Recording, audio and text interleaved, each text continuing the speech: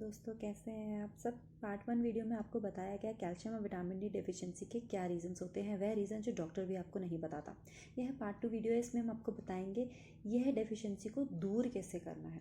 पर वीडियो शुरू करने से पहले मैं आपसे रिक्वेस्ट करती हूँ कि प्लीज़ मेरा चैनल लाइक करें, सब्सक्राइब करें और ये वीडियो शेयर ज़रूर करें ताकि किसी को भी यह बीमारी से वह पीड़ित है तो उससे मदद ले सके। आइए शुरू करते हैं।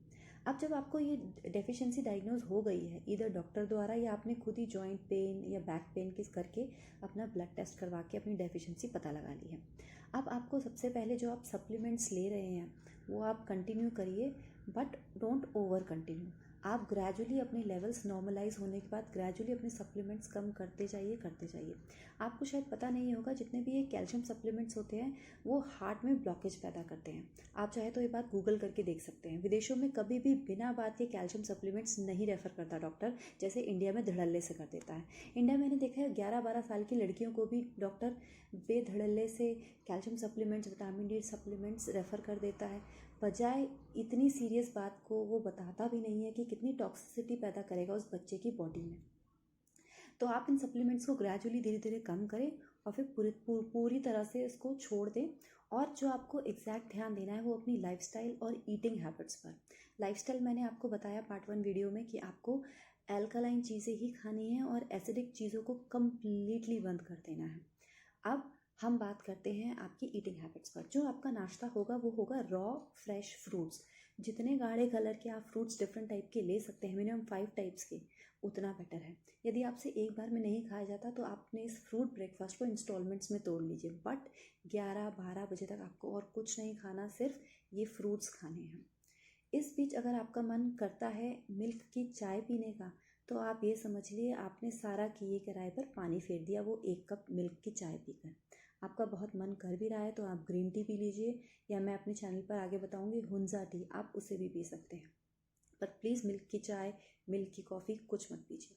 11-12 बजे के बाद हो सकता है आपको थोड़ी सी बीच में मिड टाइम भूख लगे, उसमें आप खाएंगे सोक्ड नट्स और सोक्ड सीड्स, जिसमें आप बेसिकली चिया सीड्स का, अलसी यानी फ्लैक्स सीड्स का, और जितने भी आपके बादाम, मखाना, काजू, वॉलनट, किशमिश, जितने भी various types of dry fruits होते हैं आप उन्हें सोक्ड खाएंगे।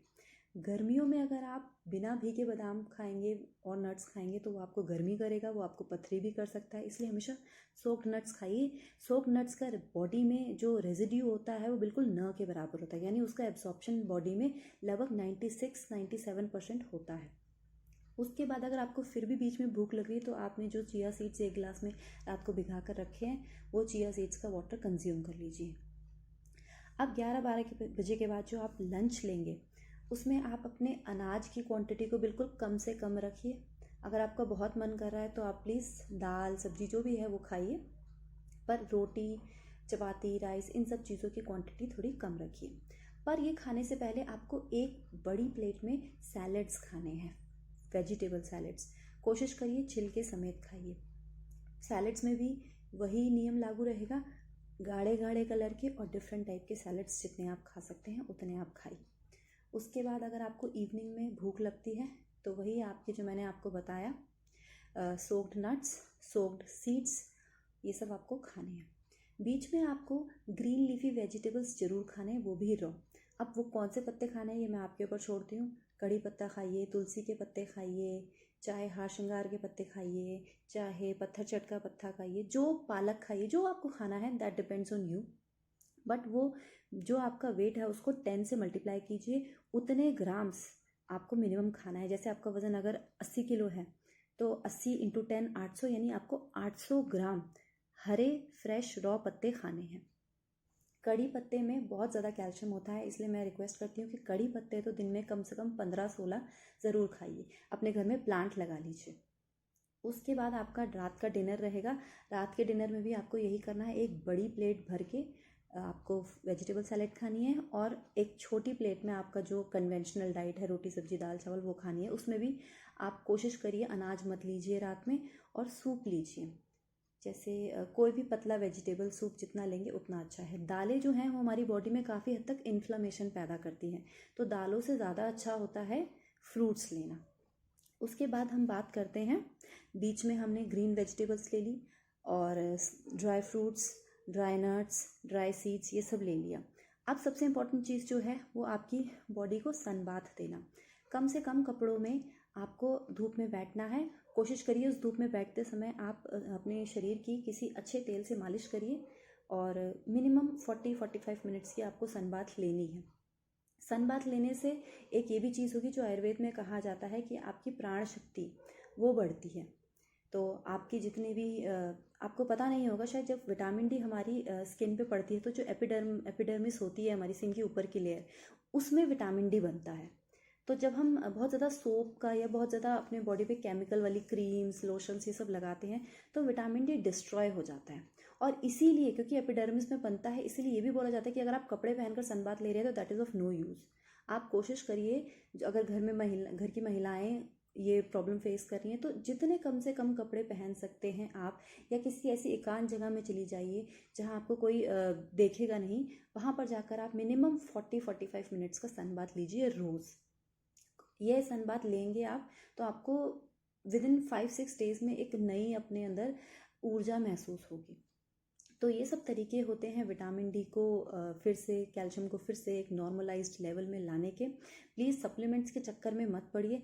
सप्लीमेंट्स आपको टेम्परेरी रिलीफ दे सकते हैं, बट जब तक आप ये कॉन्सेप्ट नहीं समझेंगे कि ये एसिडिक खाना खाने की वजह से आपकी हड्डियों से कैल्शियम निकला है, तो आप अपनी इस डेफिशिएंसी को दूर नहीं कर पाएंगे। अच्छा, एक इम्पॉर्टेंट चीज़ मैं महिलाओं को बता दूं, जब डिलीवरी होती है उसके बाद जो माएँ हैं वो अपने बच्चों को ब्रेस्ट मिल्क फीड करती हैं, तो उस दौरान भी ब्रेस्ट मिल्क बनाने के लिए जो हड्डियों से कैल्शियम होता है वो चूस के बॉडी निकालती है और ब्रेस्ट मिल्क को बनाने के लिए। तो उस दौरान आप सप्लीमेंट्स लीजिए। अगर आपको एलोपैथिक नहीं लेने तो आप शतावरी लीजिए, और आप लोहे की कढ़ाई में दूध, अगर नेचुरल ताज़ा दूध है तो वो लीजिए। अब आप बोल रहे होंगे कि मैंने ना इस बीच पूरी डाइट बता दी बट मैंने डेयरी प्रोडक्ट्स नहीं बताए, दूध दही ये सब नहीं बताया। देखिए, अगर आपके पास सामने आप गाय या भैंस का दूध कड़वा कर ले रहे हैं तब तो दूध पीजिए, पर यदि आप महानगर में रहते हैं, पैकेट वाला दूध ले रहे हैं, आपको श्योरिटी नहीं है उस प्रोडक्ट के जेन्युइननेस की, तो प्लीज़ मत लीजिए। अगर वो आप नकली दूध रोज़ रोज़ रोज़ पियेंगे, नकली दूध की चीज़ें रोज़ रोज़ खाएंगे, तो कहीं ना कहीं आपकी बॉडी में वो हार्मफुल इफेक्ट ही क्रिएट करेगा। आप कई स्टडीज़ हैं उन्हें पढ़ सकते हैं कि महानगरों में लगभग 65% दूध एडल्ट्रेटेड है या नकली है। तो जो मैंने आपको चीज़ें बताई वो सफिशिएंट है, आपको ज़रूरत नहीं है किसी और जानवर का मिल्क पीने की। जो मैंने आपको चीज़ें बताई आप वो लाइफस्टाइल अपनी लाइए वैसी, और आप देखेंगे कि विद इन 1-1.5 महीना आपका प्रॉब्लम 100% सही हो जाएगा। अगर आपको मेरी बातों में ज़रा सा भी साइंटिफिक लॉजिक लगा तो प्लीज़ मेरा चैनल सब्सक्राइब कीजिए, और यदि आपको लगता है कि कोई सफ़र कर रहा है इन प्रॉब्लम से तो इसको वीडियो ज़रूर शेयर करिए। Bye bye.